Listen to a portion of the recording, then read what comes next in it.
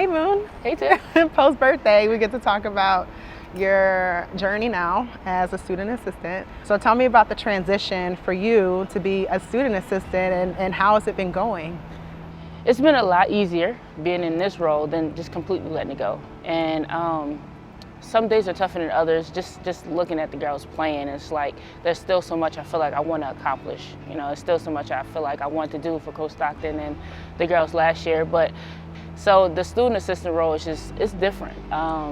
The perspective is completely different, but it's just been fun. I just plan being on both sides of it, still have a great relationship with the girls, and they treat me sometimes as like I'm still a player, and they beat up on me when I get in the drill every now and then, but it's just fun, making them better and also getting better from the feedback and the information that I'm getting from the other side of things. By yourself. On that 23, he's taking kind of long to touch the screen, so you can pressure up. I got you. 1, 2, good. Still. How did it come about? What did the moment feel like to be asked to be a student assistant? Wasn't there a different path you were going to go down before this happened? It was a lot leading up to the moment.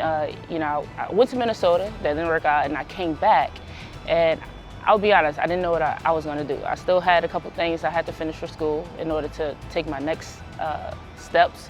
And I remember Coach calling me in her office, and she was asking me, how you doing, and things like that. And I'm like, Coach, I'm good. She's like, you figuring it out? And I obviously always lending a helping hand. And she's like, all right, I have a question for you. And she was like, would you like to be a student assistant? And like, it just, my entire expression, I was just so happy. I was thrilled, and I didn't even have to think about it. Absolutely. Yes, I would love to. I would love to stay here with you and the girls and another year in a culture that I just love absolutely so much. So instead of getting 1 year now, I get another one. Coach Stockton, you talked about her last season, but I'm curious to hear more about your experience working with Coach Stockton, not as a player, but now through coaching and as a student assistant. What has it been like for you?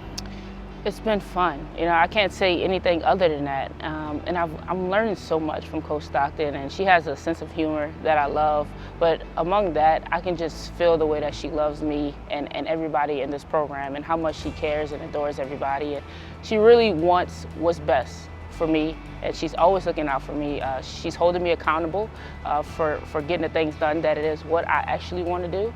She's just so genuine.